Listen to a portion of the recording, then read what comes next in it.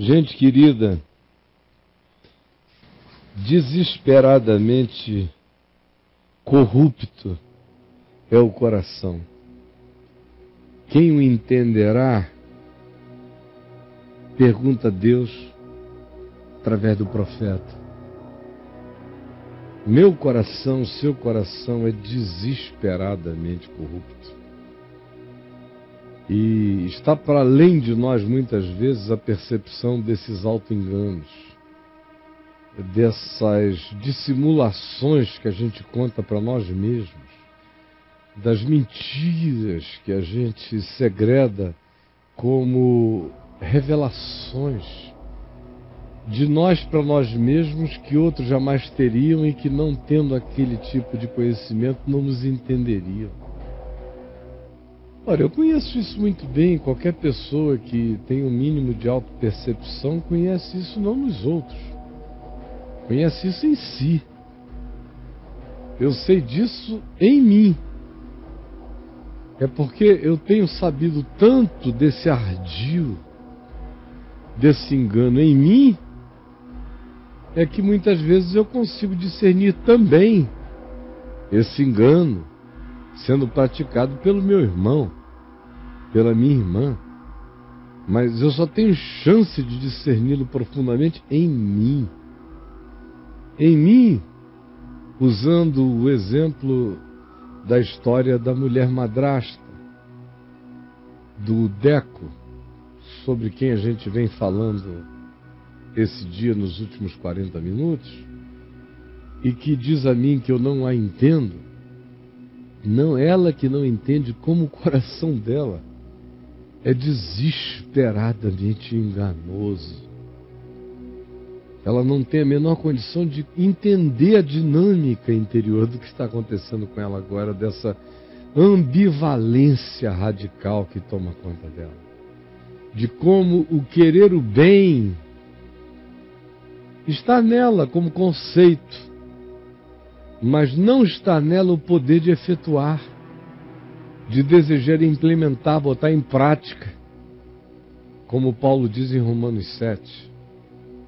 No entanto, eu digo a você e a vocês todos, a partir de mim, por exemplo, como homem adulto, lúcido, consciente de mim mesmo, na meia-idade, eu relativizei o que tinha sido coerente na minha vida até então, em todas as áreas e também na conjugalidade, e traí contra a mãe dos meus filhos, contra mim mesmo, contra a minha casa, contra a pessoa que comigo se envolveu e contra a família dela toda.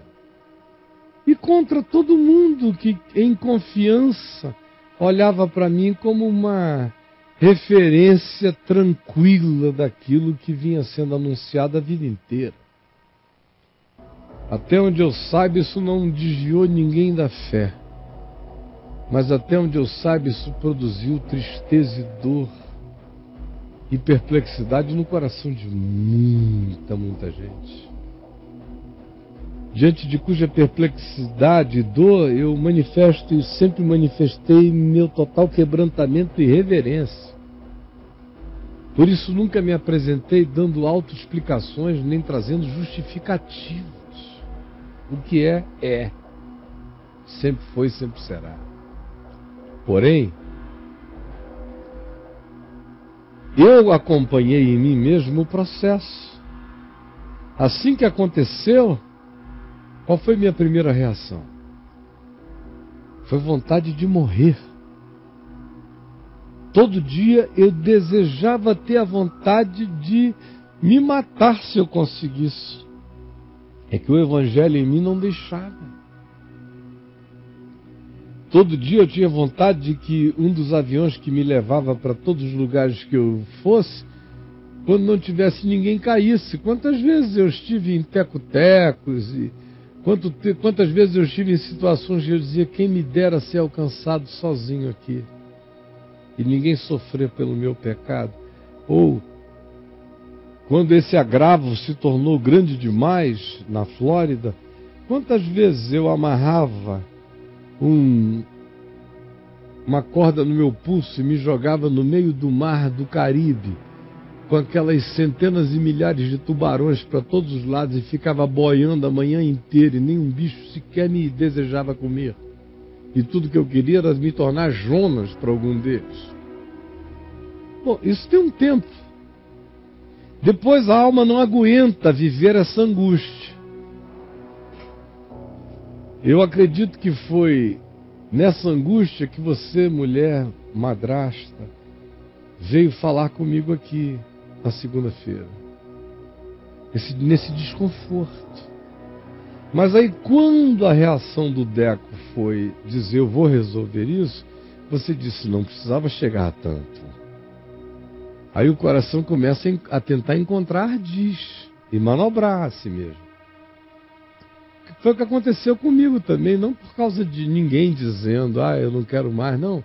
Era eu que dizia não quero mais e ao mesmo tempo dizia não posso não querer mais. Aí vem um segundo momento.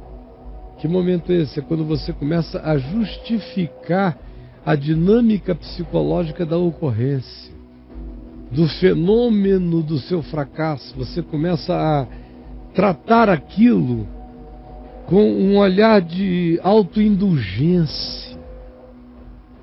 No meu caso eu dizia, não, isso jamais aconteceria se eu tivesse casado desde os 18 anos, numa escolha plena, não tivesse sido aquela coisa imatura do jeito que eu fiz.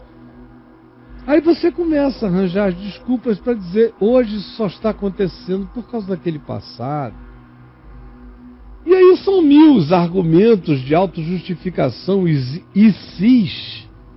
São covardes, são perversos e cabem em qualquer lugar para justificar qualquer coisa. Esse é um momento horroroso, é quando a pessoa começa a dar explicações. Aí tem um terceiro momento, explicações para ela mesma. É quando outros começam a saber.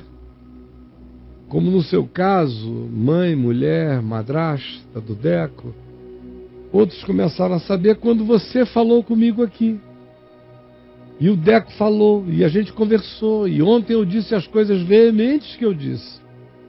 Como eu tinha dito em relação ao pai dele, a ele, a você, mas ontem doeu mais em você. Por quê?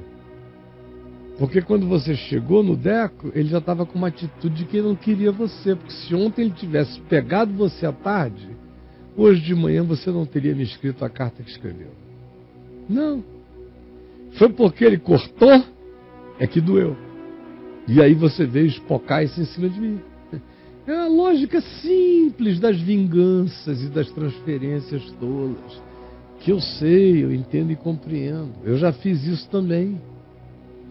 Aí o que acontece? Quando outros começam a saber, no meu caso eu contei, aí os que ouviram divulgaram e depois todo mundo estava sabendo. E aí um monte de gente que sabia, o que pensava que sabia, mas não sabia de todo, cometia erros enormes de acusação, de invenção, de aumentos, de superlativos, de extensão de tempo no qual aquilo tinha acontecido, enfim, alongaram o que quiseram, intensificaram como quiseram, empilharam o que quiseram em cima e fizeram tanto exagero do copo d'água, fizeram tanta tempestade, que o meu coração começou a se auto-justificar com o exagero deles. Eles exageraram tanto que eu comecei a me sentir Jó da história. Foi quando eu fui escrever o livro O Enigma da Graça e disse, não, eu não posso permitir que a burrice dos amigos de Jó me engane a ponto de pensar que eu sou menos mal do que essa desgraça. A minha maldade eu conheço, eu não sou Jó, conheço a minha maldade e conheço a idiotice deles, mas é até aqui que eu posso ir, é aqui que eu fico, porque o que passar disso vai ser doença autojustificatória na minha alma, e nessa eu não vou entrar. Mas você não tem essa leitura. Na hora que outros começam a saber e começam a interpretar, seja exageradamente ou seja propriamente, você ouve coisas que você não quer ouvir, das quais você quer se defender, aí você começa a acusar os que te viram. Até pelo que você confessou. Porque enganoso é o coração, mais do que todas as coisas, é desesperadamente corrupto. Quem o pode entender? E aí a pessoa, como eu me coloquei, num estado em que alguém chegava e dizia, por exemplo, assim para mim, Zezinho, eu tinha traído a mãe dos meus filhos. Aí vivi, você não trai, no dia seguinte está contando, você vive primeiro a primeira experiência de como é que sai daquilo, como é que vive aquilo. No meu caso era só vontade de morrer, culpa, angústia. Aí depois vem um segundo momento, não consigo resolver, então let it be. Dos males o menor. Pelo menos tem sinceridade, o cara começa a querer se justificar, não é como o dos outros. Se eu quisesse pegar mulher por mulher, meu Deus, tem milhões de mulheres me dando mole em todo lugar, eu passei em colo minha vida inteira, não olhei, não fui lascivo, não cobicei, você começa a fazer contabilidade em seu favor, para dizer, nesse caso aqui é só porque foi afeto, confiança, isso, aquilo outro, senão não seria. Aí começa a diminuir os pesos. Aí quando vem alguém de fora e diz, não, isso é canalice. Você é casado e está transando com uma mulher casada. É canalice. Você diz, eu não sou canalha. Porque você não pode admitir que você é canalha. Afinal de contas, você tem sentimentos que não são para a morte em relação à mãe dos seus filhos. São sentimentos de vida, para o bem e não para o mal. Você gostaria de protegê-la de tudo. E em relação à pessoa com quem você está envolvido, você não quer descartar. Você não quer brincar com ela, então canalha você não é. O que o cara diz sobre você ser canalha parece ser uma ofensa, como para nosso amigo hoje foi aqui, quando eu disse vadiagem. Está vivendo como uma vadia adúltera no cio. Um choque, porque ela é crente, ela não viveu assim, ela não pode entender. Como eu não podia entender. Quando a mãe dos meus filhos disse, você nunca foi canalha, mas agora você está sendo. E eu olhava para mim e dizia, como que eu estou sendo canalha? Se ela soubesse quantas amigas dela me deram mole, quanto não sei quem, quanto todo mundo, como eu passei em colo, como eu nem olhei, como eu nem vi, como eu nem quis, como eu nem pensei. Aí você começa a se justificar para não admitir que naquele dia, naquela hora, naquela circunstância, você está sendo canalha. Você não viveu como um, mas está sendo um nesse dia, nessa hora. É quando a coerência do passado impede você de enxergar a mentira do seu presente. Que é o que está acontecendo com essa amiga e com muitas outras pessoas, porque o fenômeno funciona assim. E o coração é tão cheio de ardis, de enganos, de mentiras, de atrapalhadas, de fumaças, de cortinas de fumaça, de cenografia falsa. A gente faz tanta projeção de diminuição do impacto das nossas responsabilidades na vida, mas não tem jeito. O Espírito Santo nos convence do pecado e da justiça e do juízo. E se o Espírito Santo não fizer isso, a gente está perdido. Porque os nossos mecanismos de autojustificação, de diminuição do impacto, da gravidade, dos significados, do que a gente faz na vida, estão para todo lado. Desde o Éden. Não foi o que o diabo disse? Não é bem assim. Não exagero. Não, que morrer que nada. Não é bem assim. Não, é que Deus sabe. Ele não pode contar tudo, né? Mas Deus sabe que se vocês comerem, vocês vão ficar melhor. Isso é uma dimensão que nem todo mundo entende. Ela pode me perguntar, escuta, Caio, você já transou com a mãe e com a filha? Você já foi casado com alguém e transou com a filha dela? Eu digo, graças a Deus, não. Isso eu não compreendo. Na minha carne eu não tenho, graças a Deus, essa miséria para contar. E nem milhares de outros. Agora, não é porque eu não tenho essa miséria para contar que eu não entendo o significado da gravidade dessa dor e do que ela causa em todo mundo. E na própria pessoa que a pratica. Mas o que em geral a gente vê acontecendo é que a alma precisa chegar nesse ponto em que o fato do outro não ter feito a mesma coisa significa que ele não vai compreender você na hora em que você achou que ele compreenderia, e ele disse que compreendeu, mas não justificou você, e você diz, bom, não me compreende.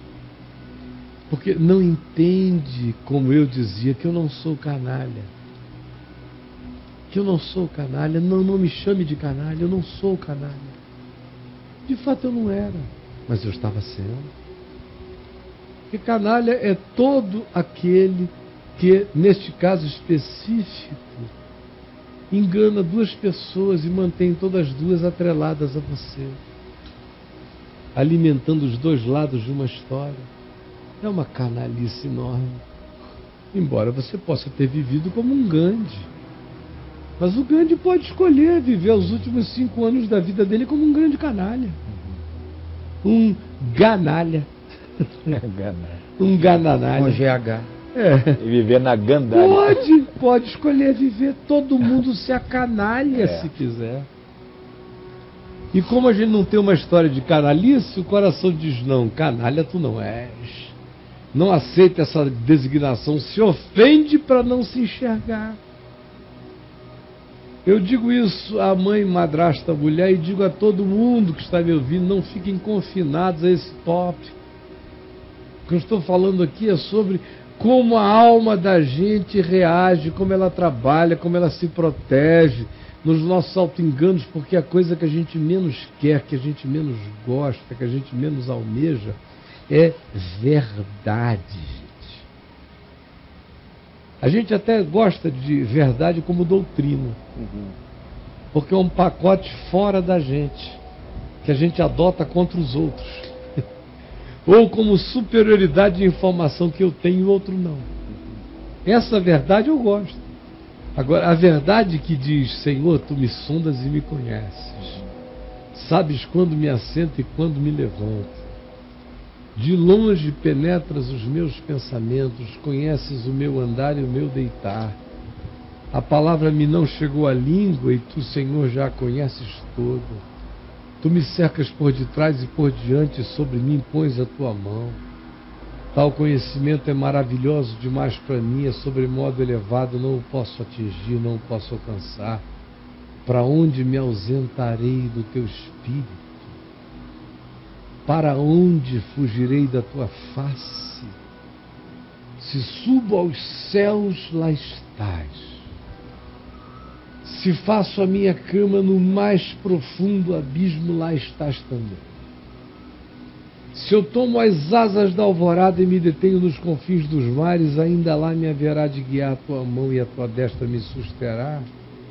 Se eu digo, as trevas com efeito me encobrirão, e a luz ao redor de mim se fará noite, até as próprias trevas não te serão escuras, pois para ti as trevas e a luz são a mesma coisa, pois tu formaste o meu interior.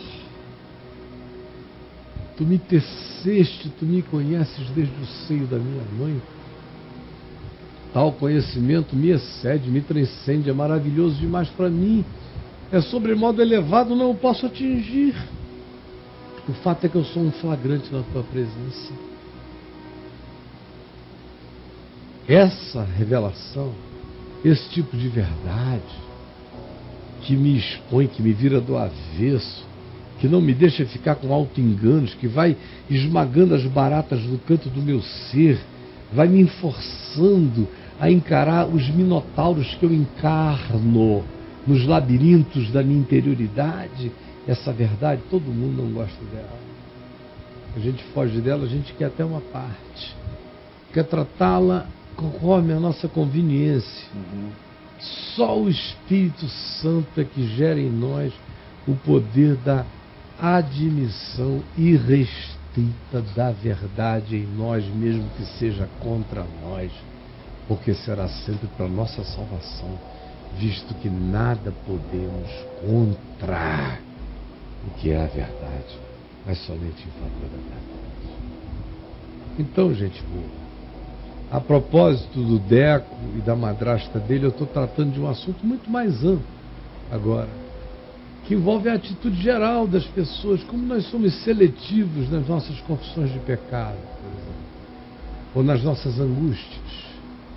Você veio aqui sem nenhuma consciência, sem nenhuma maldade, sem nenhuma deliberação, mas são fenômenos psicológicos do inconsciente.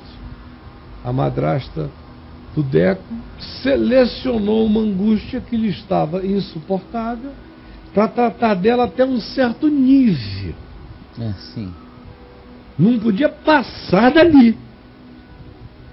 Na hora que passou dali, mexeu nela, mexeu no casamento dela, mexeu no Deco, mexeu na relação do Deco com o pai, mexeu na causa do tesão do Deco, que não é ela, mexeu no desamor dela para com ambos, mexeu na conveniência de um vínculo, de uma arquitetura, aí deixou de ser conveniente.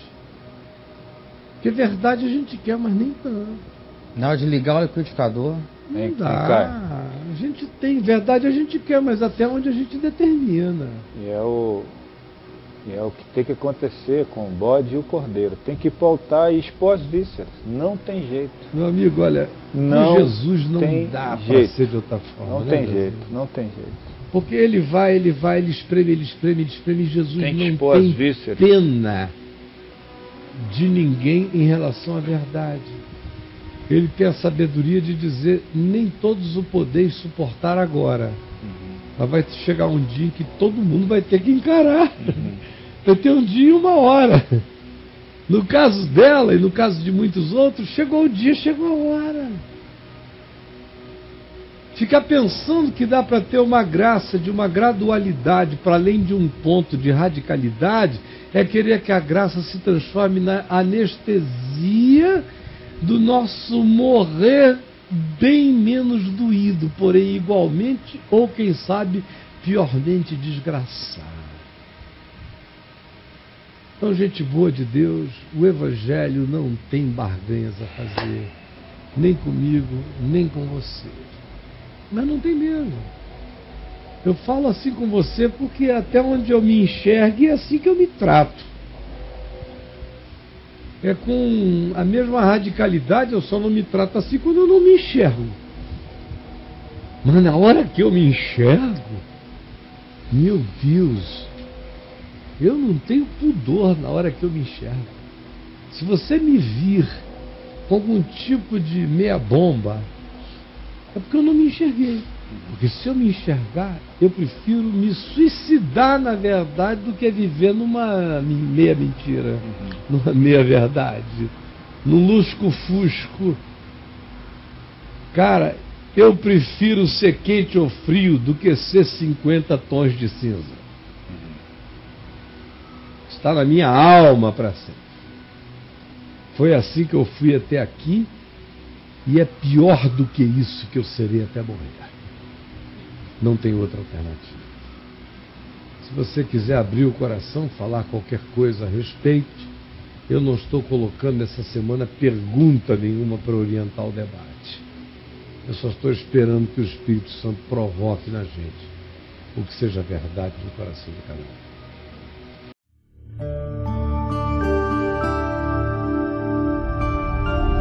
VNV TV, o canal é você.